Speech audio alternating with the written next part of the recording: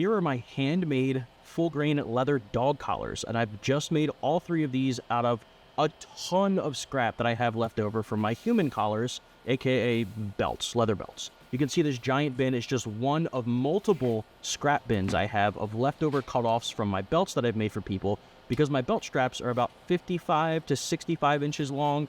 And, you know, if someone orders a 40-inch belt, then I have, 15 to 25 inches left over, and I throw it in that bin because it's just such good leather. I wasn't sure what I was going to do with it. I've been collecting it for years, but now I figured it out. It's got to be dog collars. Because when you're thinking about a dog collar, you want durability, you want flexibility, you want longevity, something comfortable for your pet, but something that is going to hold up to not just the test of time, but the tensile strength of a dog pulling, of a dog rolling around on things, whether it be rocks, the grass, what have you. You just want something that's going to hold up.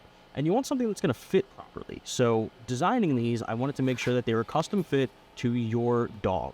You measure your dog's neck, you give me that measurement, and I make sure that you get one that fits perfectly, but leaves room for adjustment in both directions. So if your dog puffs up over the winter with all of that fur, you'll be able to loosen it. And if your dog gets groomed, and I know this happens to my dog, when we groom her, she feels like she loses 20 pounds. So we tighten that thing up. So it's going to be super easy.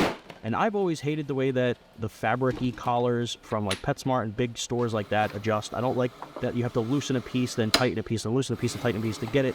I just didn't like it. So this is just like you would put on a belt for yourself. It's got those holes in both directions for adjustment. Now, because these are belts, leftover belt scraps from my human belts, I only offer 3 colors right now. You get black, dark brown, and tan. And all of these are beautiful.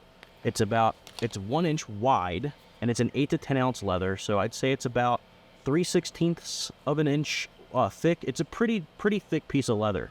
And that's because English Bridle, which is what this is used for a lot of high-end goods, like high-end equine gear, something that's going to be just get the shit beaten out of it. So this leather is super durable. It's known for its durability, its flexibility, so it's not super stiff. You want something comfortable for your best friend, but it's definitely going to have some longevity to it.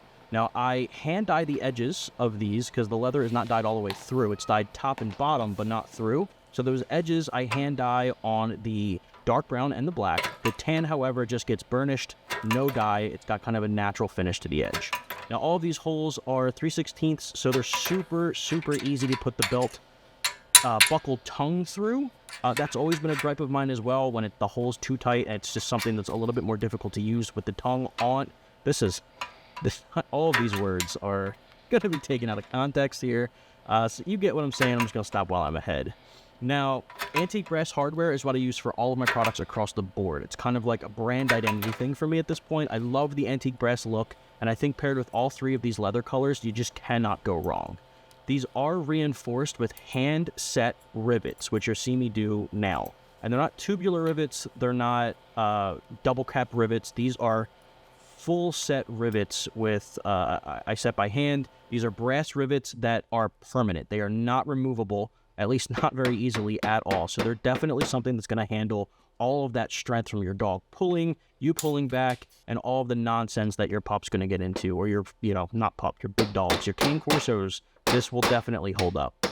And I'm pinching in 2, they're called D-rings. They're not D-shaped. They're triangular rings there, and that's going to be what's going to hold down that flap from the collar. So once you put it through the buckle, that extra flap will get held down so it's not flapping all over the place, but it's also going to give you 2 points of contact for your leash. And the reason I did that is because for extra big dogs, I want the distribution of that tensile strength, the pulling, I wanted that to be distributed across those 3 rivets instead of just being at 1 point. So it's going to just hold that strength a little bit more. So extra thought went into this. It's a perfect fit for every single dog, and it's really important that you measure your dog's neck properly. Don't just guess a measurement or think, oh, small, it will be X size.